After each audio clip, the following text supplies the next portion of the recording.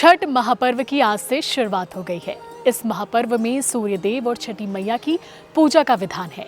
छठ का व्रत महिलाएं संतान की लंबी उम्र और सुख समृद्धि के लिए रखती हैं।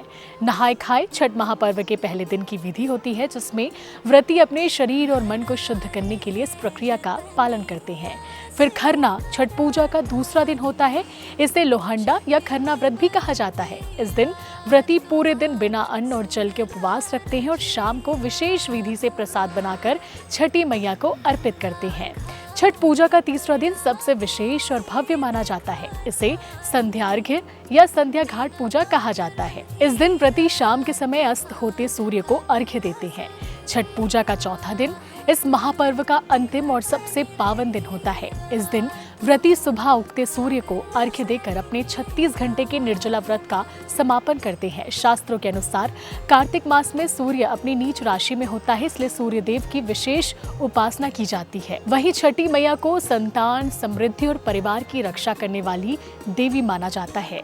25 अक्टूबर से शुरू छठ महापर्व 28 अक्टूबर तक चलेगा। आप सभी दर्शकों को छठ पर्व की गाढ़ा गाढ़ा बधाई और ढेर सारी शुभकामनाएं।